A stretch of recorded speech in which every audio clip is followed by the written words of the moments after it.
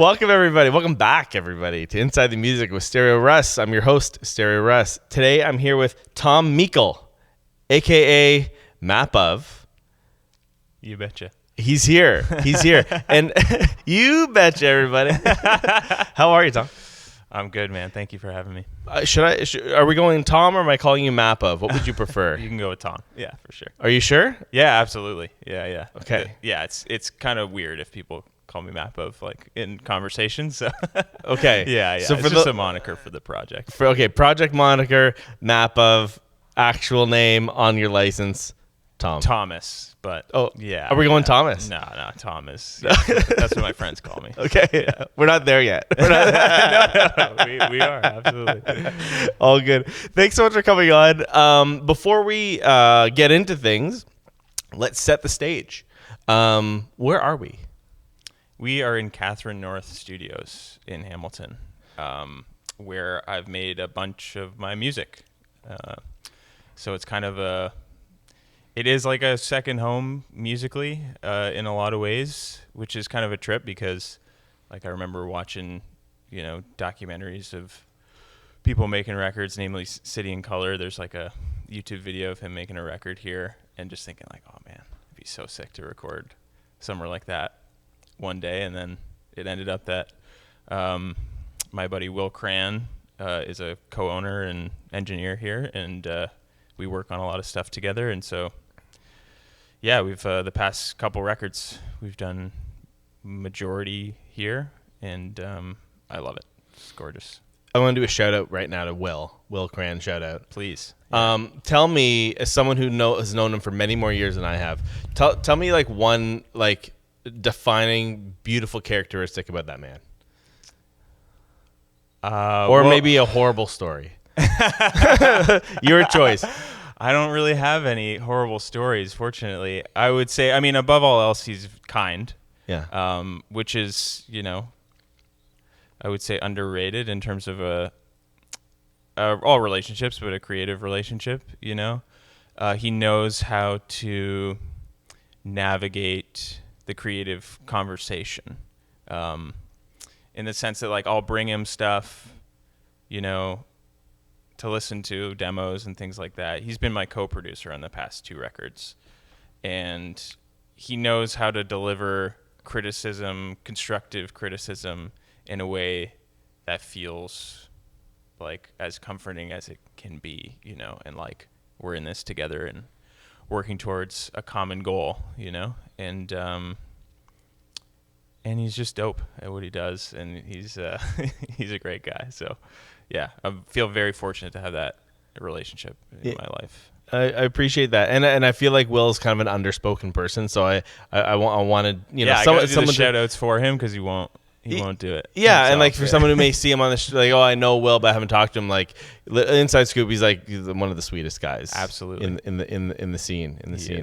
So let's talk a little bit about your music. We'll get really into it. This is Inside the Music. That's what we do. Tell us a little bit about your song style, and kind of your like your music a little bit. Like how would you define it? I know it's hard to define in a sentence, but yeah, of course. I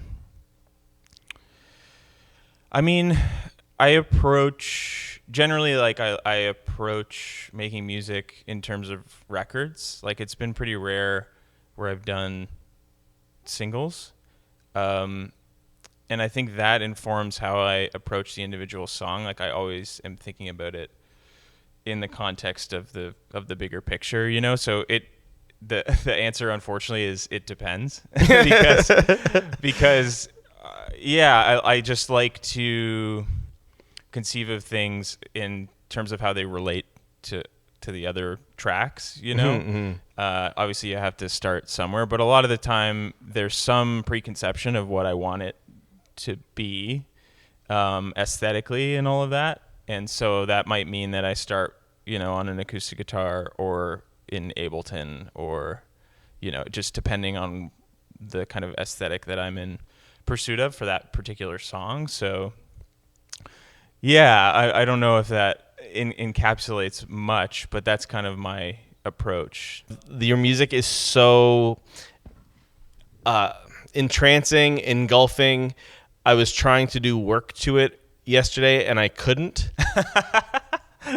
Because it was like distracting in a negative way of saying it kept catching my attention, grabbing my attention. I appreciate that. It beckoned my attention. But That's I'm what also sorry to get in the way. No, it was good. It clearly wasn't worth it. Yeah. No. So tell us about the song. Just released it. I know you've been releasing music under this moniker since 2017. Yeah.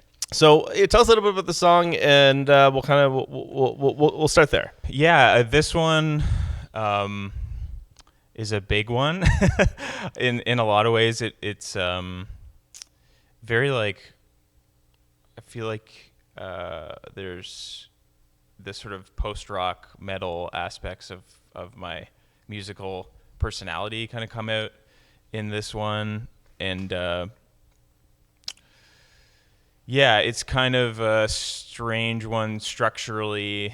It's pretty heavy in parts, and I think that's something that like I've kind of been, I guess, strategic about where I've brought that out in the Mappe project. But like, so you're saying it's kind of always kind of in there, yeah, but you're like with restraint. Is that? I think so. Yeah, and I'm not sure exactly why. I think it's just the nature of how I make music now. There's like a lot of roads to go down, and that's one of them. But like, I guess it's one that I feel like I have to deliver in sort of small doses for it to be as impactful as it can be. Sure. You know? It's like being in a loud airport. It's like loud all the time. You don't realize how loud it is. Yeah, absolutely. You know, and it's about the sort of dynamic of a record, you know, kind of thinking about where that track will end up and how it, like I said before, how it relates to the other tracks. Like this one was just like, okay, now we're gonna like go full out, you know, and let the metal energy out. And yeah, that's something I'm like always trying to do. Like I really want to be in a metal band ultimately. Yeah, we all do. We all secretly do. Yeah, totally. And I used to be like, that's kind of that's my musical home in a lot of ways, like my roots. Like I was in a metal band when I was in grade 8. Can I hear the name of the band? So initially we were called Fire of the Fallen. Love it. Yeah, and then later we changed our name, but yeah, we were. It's really not a bad name for grade 8. That's a pretty good one. It could have been worse. Yeah, for sure. Yeah. So when you were obviously like playing music at a younger age, like to be in a full band at grade 8, like that means you were like doing it. So I want to know a bit about the beginning of this Mappe project. I know that was like your first release was on Paperbag Records in 2017. Yeah. And so I want to know kind of like the beginning of this journey for Mappe, of like what your thought process was, because like literally I hear metal, I hear choral, I hear electronic. So, you know, coming from a metal background, coming from all these different backgrounds, like what made you want to land on this, and how has that evolved from 2017 to kind of where we are today? Great question. Yeah, well, I mean, from the time that I was in that metal band in grade 8 up until 2017. I know I yada a whole lot there. Like, I'm sure there's stuff that happened in between. But Yeah. No, Sorry. for sure. Just to say that I went down a lot of different roads in that time, I think, and did a lot of experimentation. I went to school for music, so I was exposed to a lot of different stuff, you know, made some new friends in the musical community that exposed me to things. And so I think my horizons were broadened beyond, you know, the metal landscape. I was listening to other stuff, obviously, you know, but that was kind of like my focus was playing guitar, shredding, you know, and heavy stuff, you know. And then I still love that, but I kind of just wanted to explore other things like songwriting in more of a self-contained way, you know, and writing lyrics and things like that. And yeah, from there, I think, yeah, like I said, going to school definitely opened up my world. That's where I met Will Cran, my co-producer. Second shout out, Will Cran. Second shout out, yeah.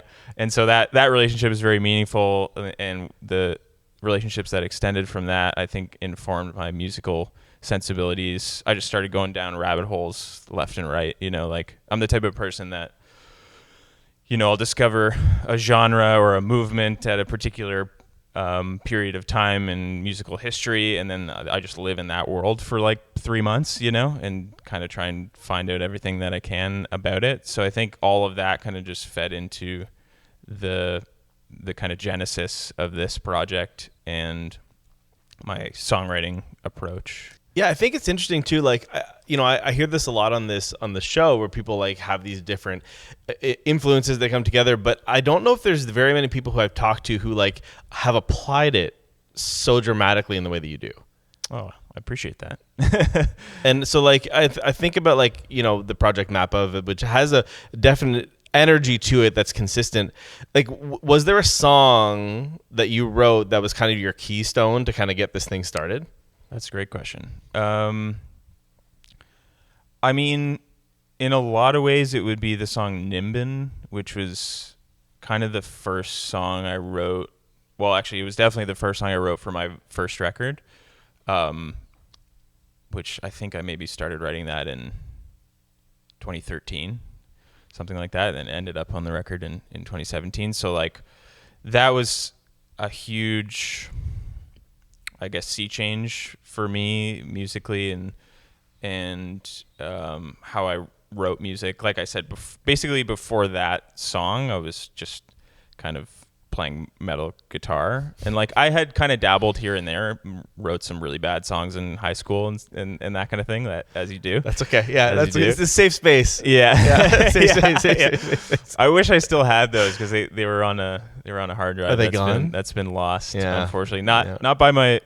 They're in there. Not on purpose. Yeah. But yeah, there's some pretty cringy songs, I'm sure, in that. Yeah. I mean, even today, I'm sure there's even songs that you write today that like don't hit the mark, right? Like that's not uncommon. Yeah, it's part of the process. You kind of like you'll pump something out, in a night, and then like the next day you'll kind of reflect on it and realize, yeah, this isn't really what I didn't hit the target, I was aiming for. But so yeah. So how intentional is it? So with your music, like you said, you start with guitar. Sometimes you start with like Ableton, etc. Like, how intentional are you with where the song goes? Like, do you have a vision for it, or do you kind of just let it unfold as it goes? It depends. A lot of the time, I do have a vision for it. Sometimes that can help or hinder. It depends. Like. Sometimes if you have too strict a vision, you can find yourself sort of boxed in. And you're like not hitting that mark and you're trying to find it. And like, meanwhile, sorry. No, absolutely. Yeah. You hit the nail on the head. Like that process can be frustrating. But I think the flip side of that is there's a clear vision, and when it's executed, it feels really good. Yeah. So... yeah, and I think like there is some truth to the idea that like being creative is like an exercise in almost getting there most of the time. It's like, especially if you feel like there's a very distinct vision, you want to capture this like very particular energy, even if you get like 90% there, that's still a success, and I think it's like that whole ethos about art is never complete, it's only abandoned, or I don't remember what the exact quote is, but something to that effect. And I think that's part of it, is like that acceptance, but yeah, so sometimes it's like just setting out to sort of complete that puzzle, and then other times it's like I have a loop, or I have a chord progression, or a riff, and then it's like, where could this go? And sometimes that's a year-long escapade to like figure out what that is. It's like, I know there's something, there's something here. Yeah. But what happens next? And that's That's the life. I have a catchphrase that I didn't realize I have, but I kind of say it almost every episode. Oh, I love it. Easily my favorite hour of the week. Because it doesn't matter what today was, whether I was working or whether it was, it's like everything stops and it's like we're just chatting music for an hour. Totally, man. Yeah. So I like, love that. Yeah, and to hear like you, like I can hear your passion in music. I obviously, like, you know, you wrote it, you love it, but like I think your music is super interesting, super creative. Thanks, man. And I kind of want to get into a little bit of kind of like the different things that I hear in the music and just kind of get your thoughts on it. Please. Sounds cool. So, like Honey Haze, for example, I did notice that was a bit more, I don't want to say structured than the other songs, but it felt more, is that an accurate word to use? Totally, yeah. It feels more structured. It's a bit more straight ahead, I guess. Maybe that's, a lot of stuff that I've done in the past and even on the forthcoming record. But yeah, just, you know, sometimes I just want to embrace that. Yeah, it's like that. This is what it wants to be, so like just let it be that, you know. Yeah. Just don't overthink it.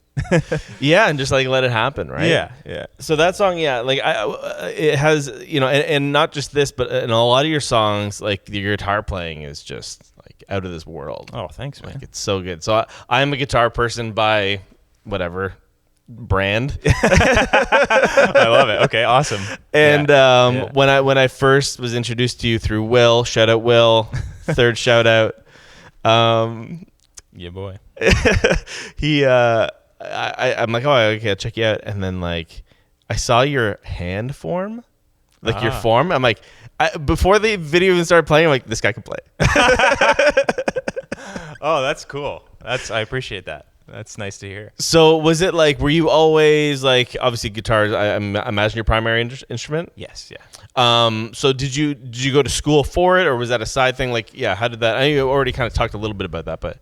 I didn't go to school specifically for guitar. I did try. I did not get into the program, to a couple programs, but look at me now, though. Look at me now. No, I mean, it was a blessing in disguise. Like, it took me to the music industry arts program at Fanshawe, which was like a sort of all-around program. So I got to, you know, work in the studio and in DAWs and things like that. Which in a way, like, especially in 2025, is like very useful. Absolutely. Yeah, immensely useful, and it's informed, you know, my career since then. So that's, yeah, like I said, blessing in disguise. But guitar, yeah, absolutely is like kind of the center point of my musical existence, and still the thing that like I think I enjoy doing the most, just in sort of in isolation. Like, I still play guitar every morning, still practice guitar as much as I can, and like I've definitely gone through phases of like being more interested in other things like electronic music production. Yeah, you get like excited about something, and you dive into music it and things like that. Like, and then I go down that road, but I always kind of come back to guitar and am always in sort of pursuit of getting better, and I just enjoy that process, you know. What is getting better at this stage in your guitar playing? What does getting better mean to you? Great question. Depends on the day, really. Like, sometimes you know, for the past like couple months, I've just been lifting this Alan Holdsworth solo from this track, 16 Men of Tane. And that's just like, it's so abstract and strange and like nothing that I would ever do of my own accord, or that anyone would ever do. He's insane. So it just like kind of breaks me out of any box that I would be in, you know, like the habit forming stuff where you pick up a guitar and you play the same riffs, you play the same chords, all that stuff. Yeah, that muscle memory just finds its own. Exactly. Yeah, and I think learning stuff like that, it puts me in a place where it's so abstract and outside of my realm that it's kind of like breaking up that muscle memory a bit, I feel like. Totally. So yeah, I mean, at the moment, that's what it is. Sometimes it's like particular techniques, like got really into slide guitar stuff recently, which I like play a bit of, but I'm not like a super adept slide player. Have you worked that into any of your music? Very subtly, like here and there, but not the kind of stuff. Like, I've just been super into like Joey Landreth and Ariel Posen and those kind of like killer slide players that both Canadian. Shout out. Shout out to the Canadians. Love to shout out the Canadians. Yeah, so I've just been like really into that kind of style of playing. So yeah, it just depends. Sometimes it'll be like classical guitar or whatever. It's just like whatever phase I'm in, and it might apply to Mappe stuff. It might not. It's like that the Holdsworth stuff. I might have a hard time figuring out where that falls into Just play. wait for the next album. It's gonna be full of it. Yeah, I mean, who knows? I don't like to set strict boundaries on it or anything, but yeah, it's like I think it's also important to go into it with the mindset of like it's just playing for the sake of it is so important, and sometimes it's like very easy to lose that ability or that context of like it's fun to just play guitar and there not be a distinct goal, or like a purpose of, I'm going to learn how to play like this person and then integrate it into the stuff that I'm making. It's just like, it's fun to like, you still like challenge yourself, but it's fun to play guitar. Is the moral of all of that. It's fun to play guitar. Yeah. I think the one thing I really loved you said a second ago is the idea that like getting yourself out of your box, because I think like you become I'm so technically advanced, so technically proficient, but if you're playing in the same universe the whole time, it's like how fast can you play and like to what value? And I think where I found my most growth is when I'm stepping outside of, like you said, like that box. That really speaks to me. Yeah. And it's a hard place to be because you feel like you're nobody likes to feel like they're bad at something. Your music obviously has guitar as, I would say, a primary theme, but like I think another big theme is your use of soundscapes and your use of space and like ethereal space, if you will. And I want to know, like, from someone who's a guitar player, and I do dabble in like electronic stuff, like where do you go to come up with these sounds? Is it a lot of guessing? Is it a lot of seeking? Kind of what's your approach to like building out that like sonic soundscape? Great question. I like to call it tinkering. Okay. Yeah. Thank God you said that, because that's exactly what I do. Yeah. Okay. Yeah, which can go on for hours and be aimless and describe your tinkering for those listening. Yeah, well, it could be with a pedal board situation, like ambient looping soundscape stuff. That's always really fun, and sometimes I'll just do that, again for the sake of it. Yeah. But sometimes it's to sort of like seek out, like a sonic landscape or however you would describe it, or it's in Ableton kind of experimenting. It might be like I've been tinkering a lot with in the box modular synth stuff. When I look at those, like that's one of those beasts that I've like never. I've had people on the show, they talk about it. Is it as daunting as it looks?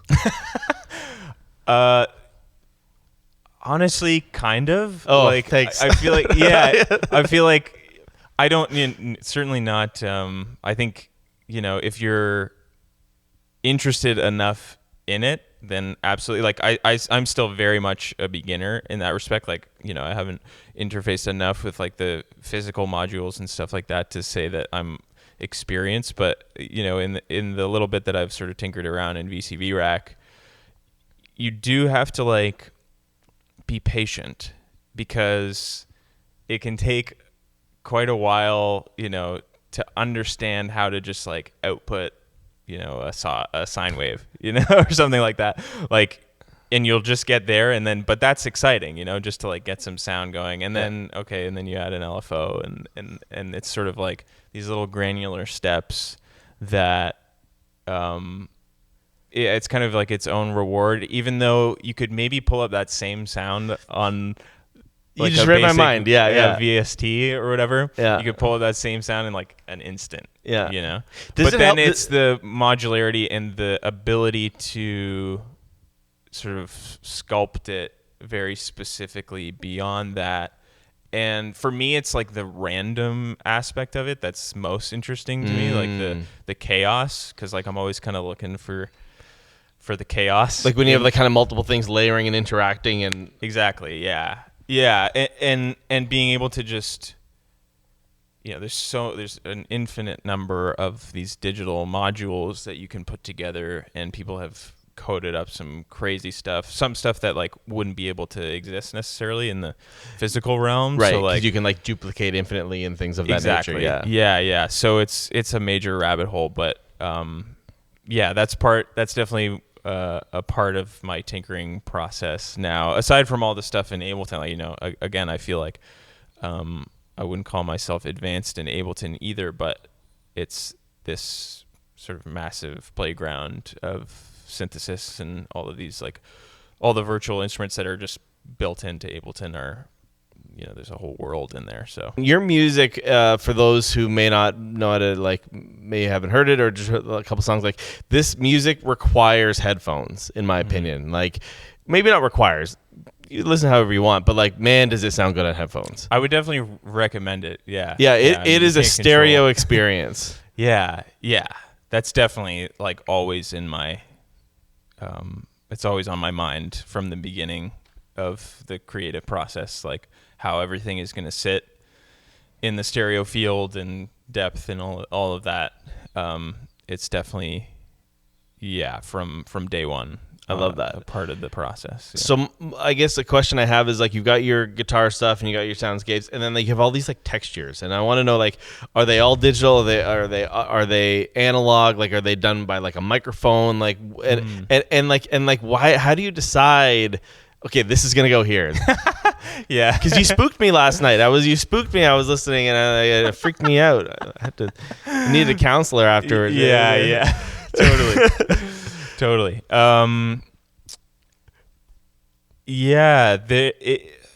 Sometimes it will be a result of like a sound design session or something like that. It might be like we were talking about before, the tinkering process. There's some stuff on this new record that is just a result of kind of glitching stuff out, trying to find ways to fuck shit up, for lack of a better lack of a better terminology.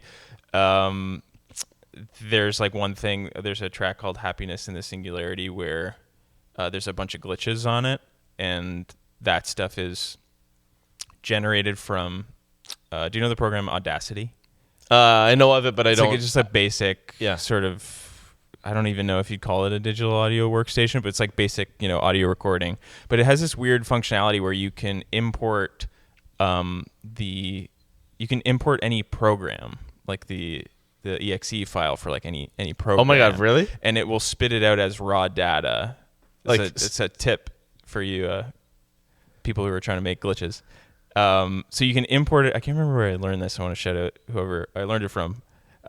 But anyway, so you can import the program itself, so you could import like Pro Tools into Audacity, and then it will spit out what it interprets the raw data as in audio form, which is just insanity. Like every time it's crazy, like horrible glitching and like chaos, and like 90% of it will be unlistenable. Yeah. But there'll be one little moment where it does some crazy thing, it's just like, oh, so I just go kind of fishing for sounds like that, and I'll see like in the waveform, like, oh, something funny is going on there, so I'll cut that out, and then I'll just put that on a separate track. I'll just kind of have a little collection, a little like scavenger bag of all of these like little glitch moments, and then like litter them into the track as it feels appropriate, So when you're doing a track, are you like ironing through it? Like you go, oh, I need something here. Like, oh, that sounds good. Or is it?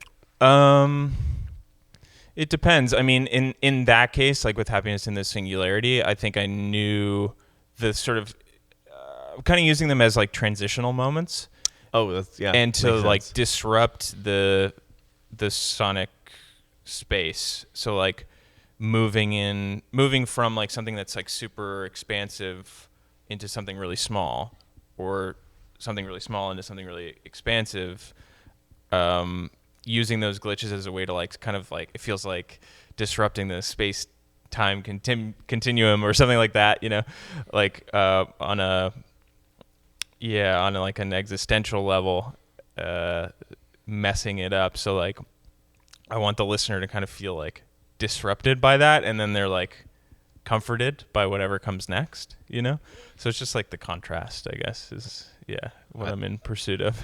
I am not a sci-fi guy, really. Okay. So I have two sci-fi questions. Okay, great. Number one, is there an underrated like sci-fi movie or show or something that you would recommend to someone who doesn't necessarily?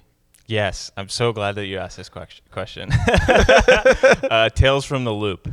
It's a show. I think it's on Amazon Prime, I want to say. So it's a show. It's like a limited series. I think it's 6 episodes.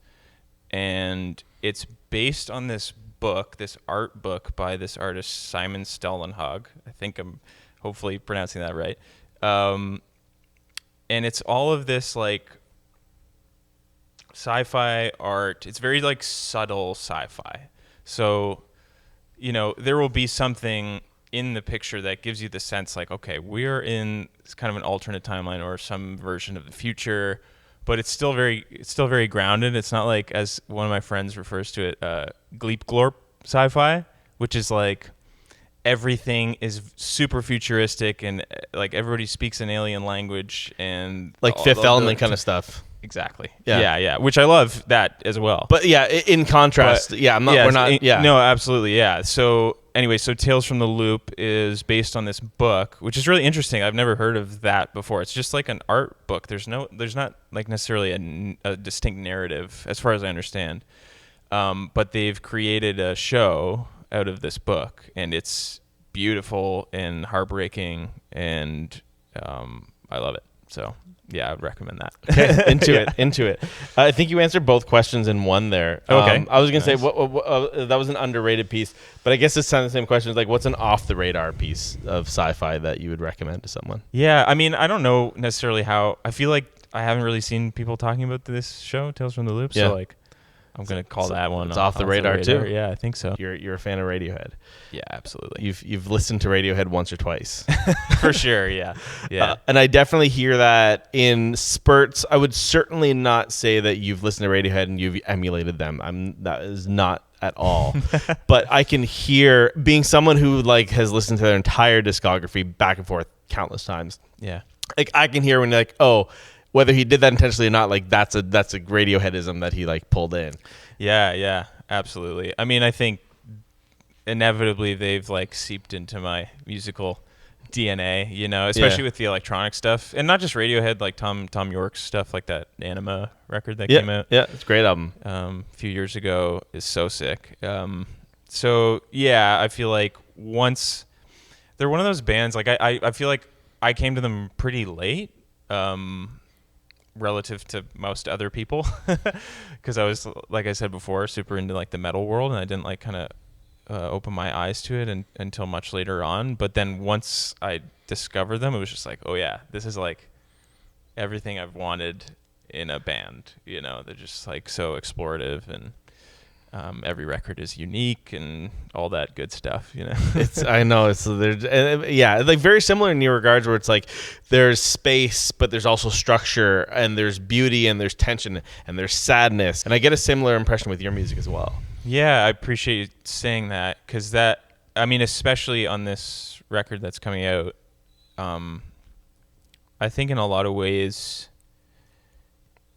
it's the most hopeful thing that I've made, and specifically hopeful. I've definitely made stuff that was less sad, and there's certainly very sad moments, but I hope at least what comes across is like a through line of hope,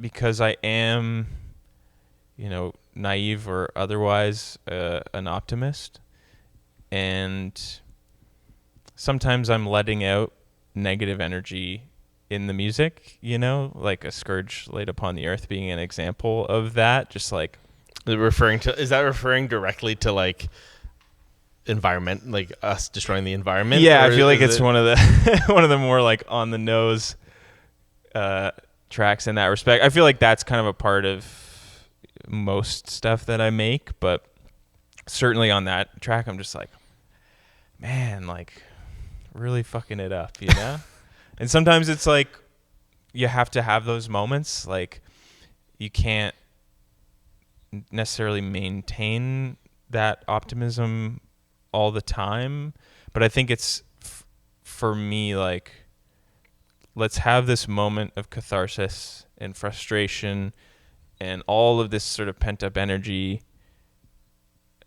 let it out, through music or otherwise, like some harmless venture, and then find the path forward, because reveling in that negativity and that frustration and all of that, just like, oh man, everything's fucked and there's nothing we can do, and I'm so, it's very easy to kind of sink into despair,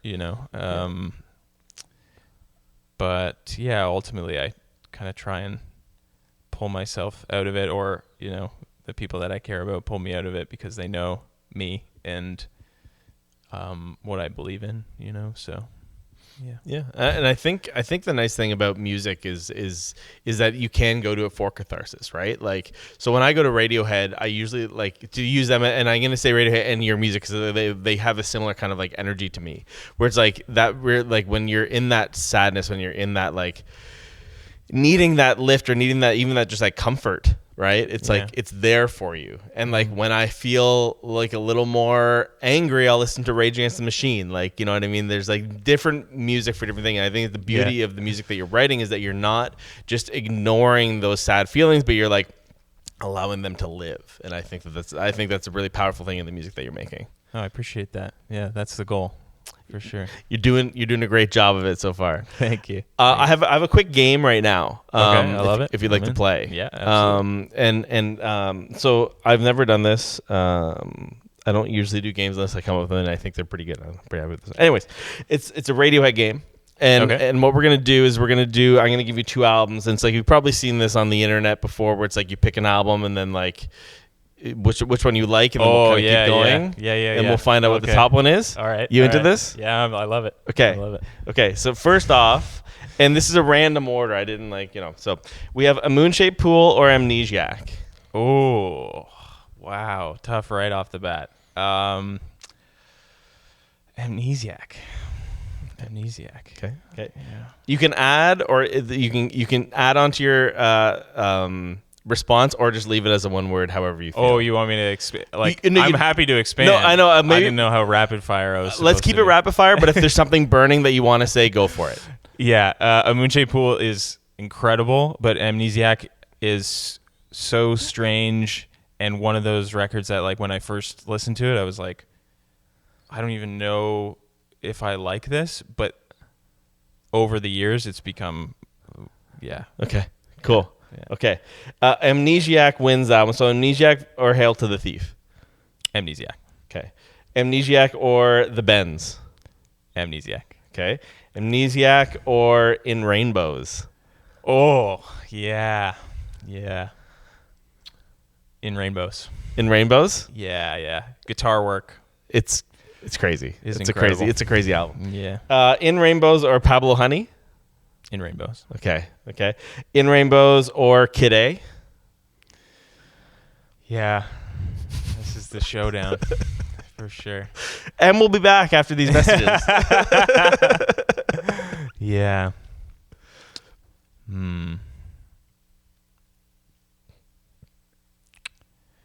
Kid A.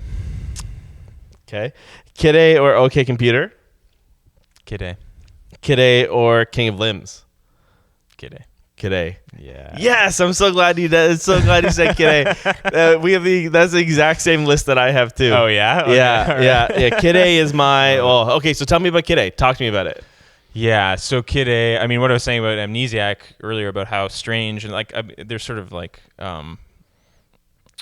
sister records, or whatever. Yeah, because they were written kind of in the same. For those that don't know, written I can't think in the same sessions, and then they released Amnesiac with maybe a couple other parts, like less than a year later, like just a year later. Yeah, that's my understanding of it too. But I think Amnesiac kind of feels like cutting room stuff, but not in a, I'm not saying that in a disparaging way. It makes it sort of like disjointed and very strange, like I was saying, and I think that's what makes that record really interesting to me.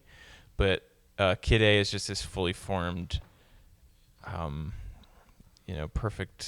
perfectly flowing from one song to the next.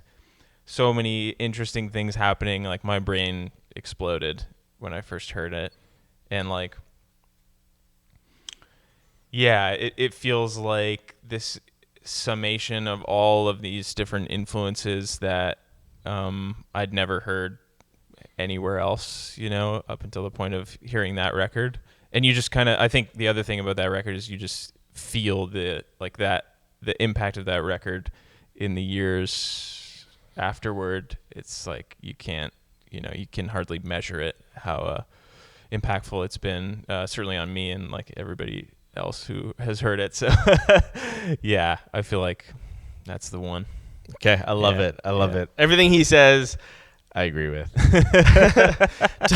Tom, we're running out of time. I looked at, we're actually like, we're up against it. Sorry to Tom's mom for having to listen to a whole really long episode. Sorry. And my mom, she'll too. Be happy for the content. Yeah. She loves the content. I love it. We didn't even do any promo stuff, so let's do it quickly. Where can people find you? What do you got going on? Tell us everything.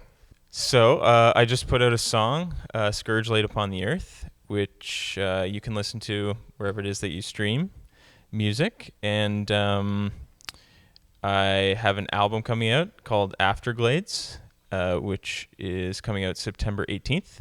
Hey, this is StereoRuss. It's actually going to be released on September 19th, just so you all know, September 19th. Oh, you can also pre-order the vinyl for that on the Mappe website, paper bag website. And I am playing Pop Montreal on September 26th. So if you're in Montreal, come out to that. And I think that's it for the moment. We didn't even get into like your aesthetic. I think your aesthetic you're doing online and like just everything is like incredible. I think you could do a masterclass in that. Oh, thanks, man. I would sign up for it for sure. Well, I got to shout out my wife, Amelia. Heck yeah. Millie, who handles the social media stuff for me and has helped me kind of craft the online presence aspect of the project. So, yeah. Shout out. Yeah, she rocks. I love it. Yeah. One last question. If you could describe your life using the title of one of these Radiohead songs, would it be Paranoid Android, Packed Like Sardines in a Crushed Tin Box, Life in a Glass House, or Lucky? It's got to be Lucky. Yeah, I made that one too easy. Yeah. Sometimes all three of the other ones. yeah. But sometimes all four. Depending. Yeah, exactly. Yeah. But for the most part, Lucky. I love it. I love it. Yeah. Tom, thank you so much. Mappe of everybody. Check him out. What a pleasure. Thank you so much for taking the time. This has been a lot of fun. My pleasure, man. Thank you very much for having me.